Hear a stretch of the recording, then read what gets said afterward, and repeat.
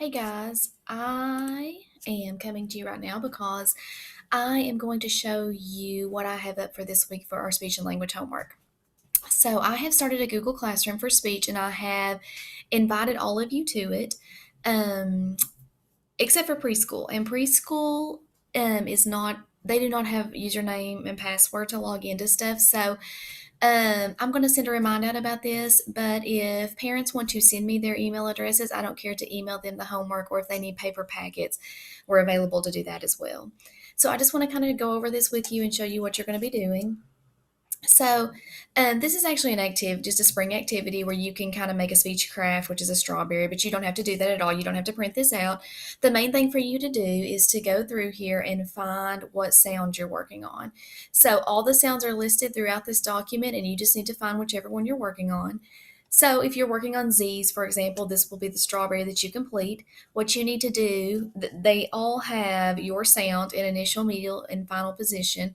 What you need to do is say the words to either a parent, whoever you live with, your grandparent, a friend, a sibling, 10 times, making sure you're producing your sound accurately. And then you need to use those words in a sentence. If you do really good with the words in the sentences and you don't have any sound errors, you can move on to taking each picture and each word and describing them, or trying to explain them to your parents. So, for example, eggs is one of the final Z words. If you say it 10 times and do really well with it, and then you use it in a sentence and do very well with it, then you could go on to giving a description of eggs, or how eggs are used at Easter, or where eggs come from. You can use all kinds of different things to practice Z in conversation.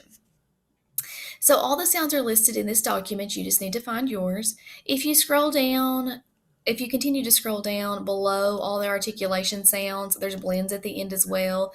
And if you're working on L, R, or S, you can work on those. Some people are working on clusters, so these would all be great for you as well. But below this, you're going to find um, language skills. So some of the things that my students will be working on are rhyming, which is great for my preschool kids. We work on rhyming all the time. You will show them a picture and say the word for them, and then ask you to give a rhyming word.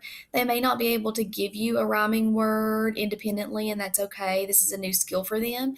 But if they can't, go ahead and give them two verbal choices and see if they can give you the correct answer. So if you say bat and they're not able to independently provide a word, then say which one rhymes with bat, dog or cat, and see if they can pick it out that way. Another language skill that my speech students work on are WH questions.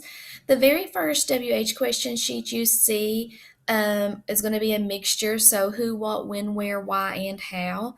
Some of you are just working on specific WH questions like what. Some of you are working on all of them. You can try this one if it's difficult for you to do the why and how questions, because that takes a little bit more inferencing. It's okay. Just scroll on down, and it's broken down into each individual WH question, and you can just pick the one you're working on. Again, for parents, guardians, caregivers, when you're working on this with your student, if you ask them the question and they cannot come up with the answer independently, then try to give them two verbal choices, one that's correct and one that's incorrect. If you continue to scroll down past the WH questions, another skill that a lot of my speech students are working on is, if I can get to it, following directions. Some of my younger students in preschool are working on one-step directions, so this would be a great one-step direction activity for them. But most of us are working on 2 to 3-step directions. So if you scroll on down, there is a 2-step direction strawberry, and below that is a 3-step direction strawberry. A lot of these are just physical movements, which will be easy for them. It's not a lot of paper, pencil, or academic skills. So these will be some options for the language skills. And we're going to pause right there, and there will be a part 2 to this video in just a minute.